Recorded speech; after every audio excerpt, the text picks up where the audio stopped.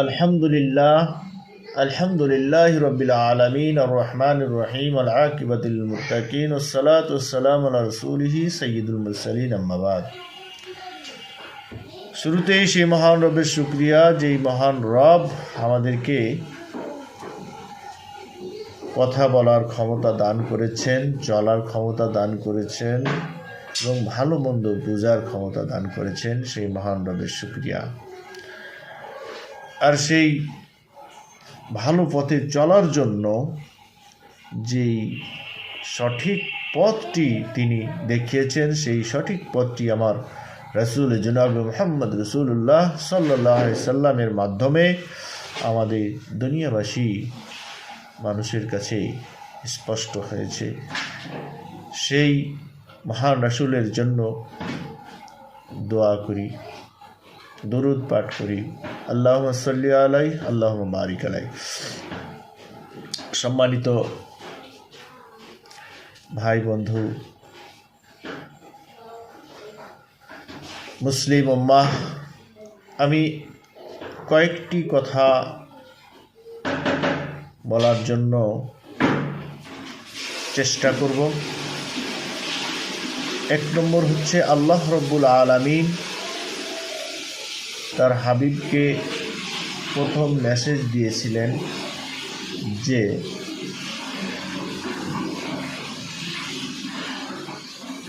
হে রাসূল, তুমি আমার পক্ষ থেকে, হে নবী, তুমি আমার পক্ষ থেকে প্রেরিত রাসূল।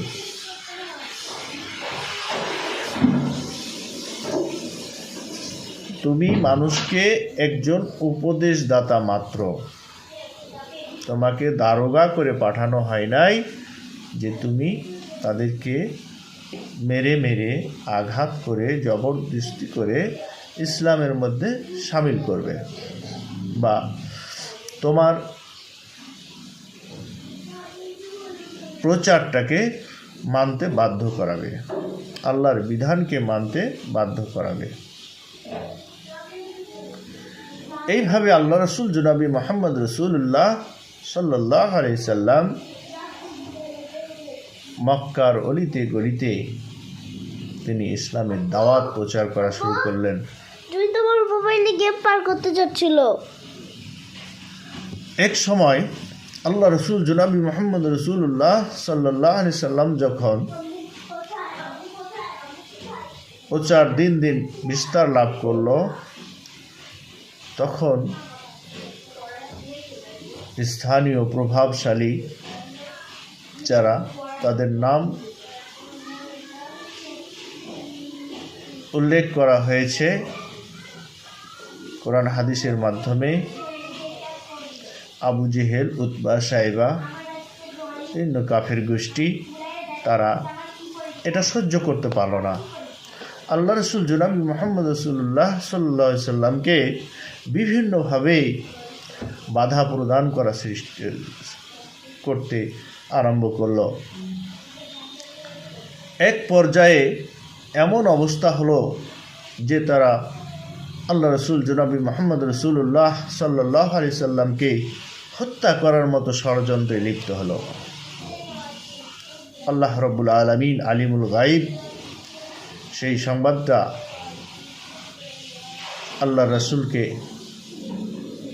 অনুধাবন করলেন, জানালেন যে হে নবী,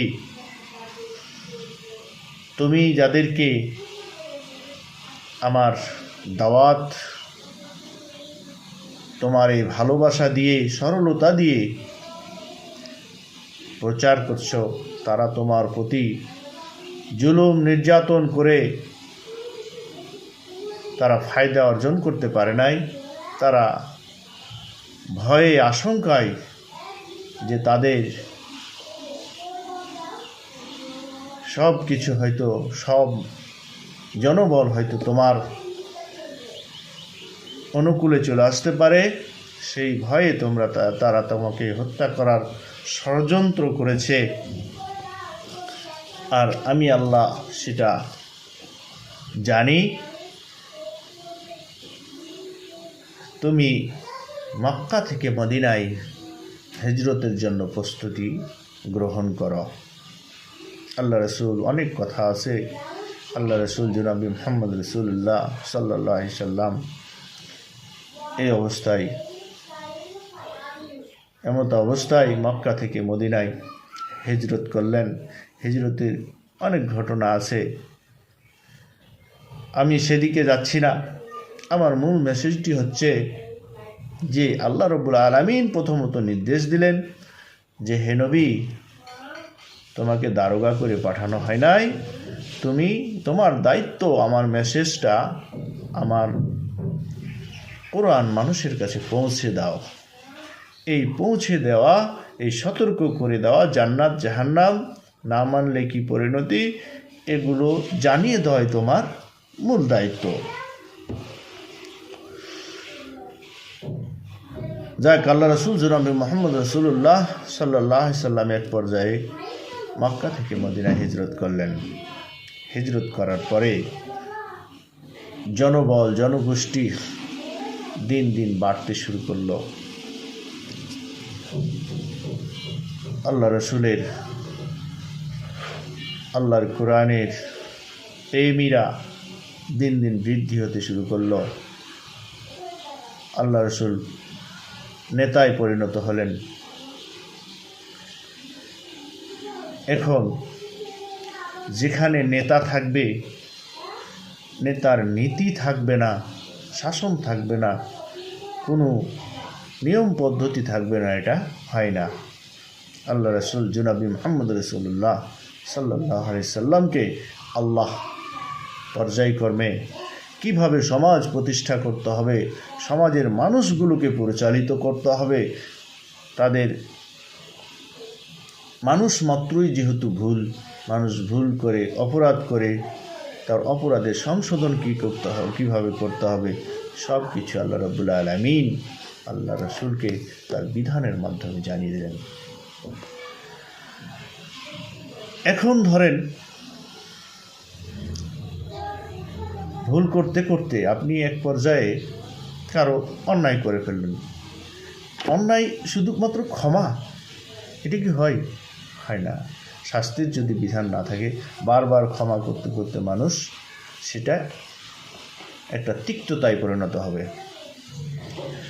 তার জন্য আল্লাহ রসুলকে নির্দেশ দিলেন যে তোমাকে সমাজ পরিচালনা করতে গেলে ইনসাফ প্রতিষ্ঠা করতে হবে, ন্যায়ের ইনসাফ। কী করলো? তিনি দেখলেন যে মদিনার লোকেরা ওজনে কম দেওয়া শুরু করছে, ওজনে কম দিচ্ছে, নেওয়ার সময় বেশি নিচ্ছে। আল্লাহ সেই মর্মে কোরআন নাজিল করেছেন, কোরআন আয়াত নাজিল করেছেন। তো মূল মেসেজটা হচ্ছে যে এই সমাজকে পরিচালনা করার জন্য আল্লাহ রাব্বুল আলামিন বিধান দিয়েছেন পর্যায়ক্রমে। এখন সেই বিধান যদি আপনার নেতা না থাকে, সেই বিধান কি দিয়ে কার্যকর হবে? সেই কোরআন আজও আছে, নেতা আজ আমাদের সমাজে নেই। নেতা আছে, নেতা কোরআনের বিপক্ষে, কোরআন বুঝে না, কোরআনের সুফল বুঝে না। এই কোরআনের কথা যারা বলে তাদেরকে এই নেতারা আঘাত করে, তাদেরকে দমানোর চেষ্টা করে। আল্লাহ রসুলকে যেমন দমানোর চেষ্টা করেছিল মক্কার কাফিররা, এখন বর্তমানে আমাদের ক্ষমতাসীন যারা, তারা এই সমাজের নেতৃত্বহীন কোরআন প্রেমীদেরকে এরা অপদস্থ করার চেষ্টা করে, দমানোর চেষ্টা করে। তাই এই যে নেতৃত্ব জায়গাটি কে নিবে, এটা একটা বিশাল দায়িত্ব।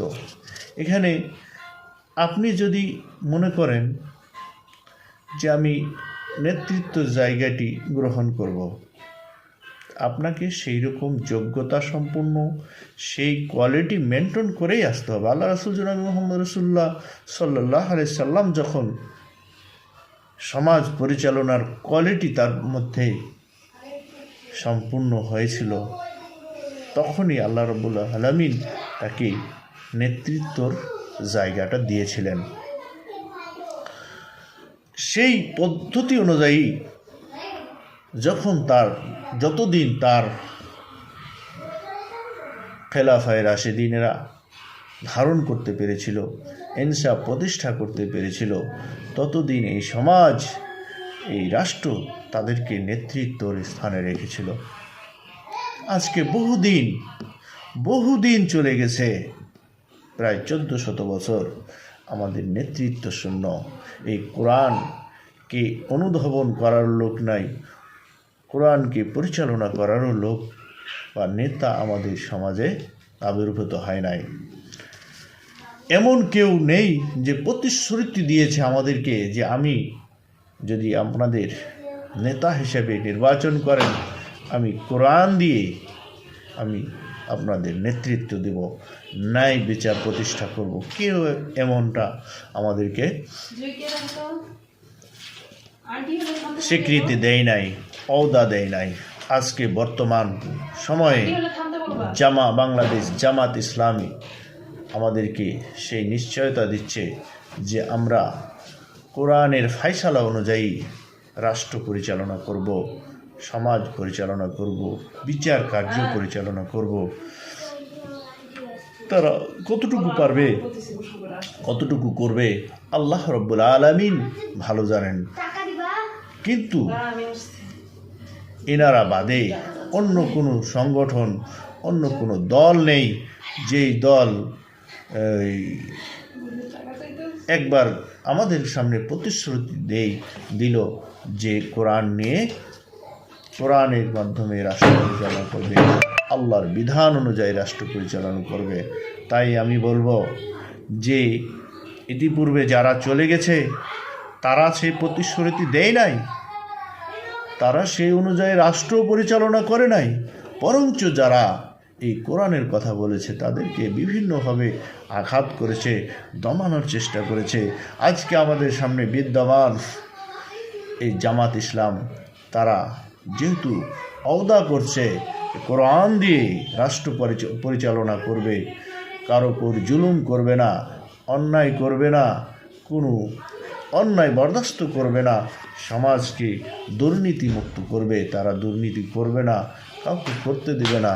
তাই অনুরোধ করব আমার জায়গা থেকে যে তারা যেহেতু একটি ভালো কাজের উদ্যোগ নিয়েছে, আল্লাহর কোরআনকে জমিনে বাস্তবায়ন করার চেষ্টা করছে, জনগণের কাছে প্রতিশ্রুতি দিচ্ছে, সেটাকে মাপকাঠি হিসেবে দাঁড় করিয়েছে, সেই জন্যই আমরা তাদেরকে সাপোর্ট করা উচিত, তাদেরকে একবার দেখানো উচিত। আমি দেখতে চাই আমার জায়গা থেকে যে তারা কি করে।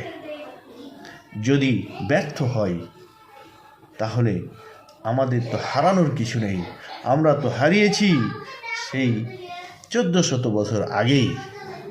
এখন যদি আমরা ফিরে পাই আমাদের তো লসের কিছু নেই। আমাদের একটু সমর্থন, আমাদের একটু সহযোগিতা যদি তাদেরকে এই কোরআনের রাজ প্রতিষ্ঠা করার জন্য সহযোগিতা করে, তাহলে আমি মনে করি সেটা খারাপ কিছু হবে না। অন্য দলকে বলবো, তোমরা তো অনেক কিছু করেছো ভাই, অনেক কিছু করেছো, সমাজের জন্য অনেক কিছু করেছো, কোরআন দিয়ে রাষ্ট্র পরিচালনা করতে পারো নাই, আল্লাহর বিধানকে তোমরা মূল্যায়ন করো নাই, আরও যারা আল্লাহর বিধানের কথা বলেছে তাদেরকে তোমরা আটকানোর চেষ্টা করেছ। কোরআন দিয়ে যখন কথা বলা হয় তখন অপরাধীদেরকে অপরাধী সাব্যস্ত করা হয়, সেখানে তোমাদের গায়ে মাখানোর কি আছে? আমার এটাই মাথায় আসে না। তুমি সুদখোর না হলে তুমি সুদখোরের কথাই জলো কেন? তুমি দুর্নীতিবাজ না হলে তুমি দুর্নীতির বিরুদ্ধে কথা বললে তোমার গায়ে ফসকা পড়ে কেন? তুমি ভালো হও, তোমার পক্ষে কোরআন কথা বলবে। আর তুমি যদি দুর্নীতিবাজ হও, বদমাশ হও, লম্পট হও, কোরআন তোমার বিপক্ষে আছে, থাকবে, ভবিষ্যতে থাকবে।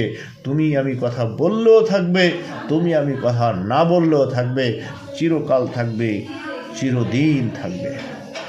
বন্ধুরা, আসুন আমরা এবার দেখি বাংলাদেশ জামাত ইসলাম, অন্যান্য ইসলামী দল যেগুলো আছে তারা আপাতত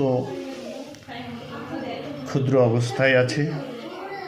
তারাও অলরেডি জামাত ইসলামকে সমর্থন করেছে, সহযোগিতা করছে, আমরা করব ইনশাআল্লাহ। আসসালামু আলাইকুম ওয়া রাহমাতুল্লাহি ওয়া বারাকাতুহু। আল্লাহ আমাদেরকে সঠিক বুঝ দান করুক। আসসালামু আলাইকুম ওয়া রাহমাতুল্লাহ।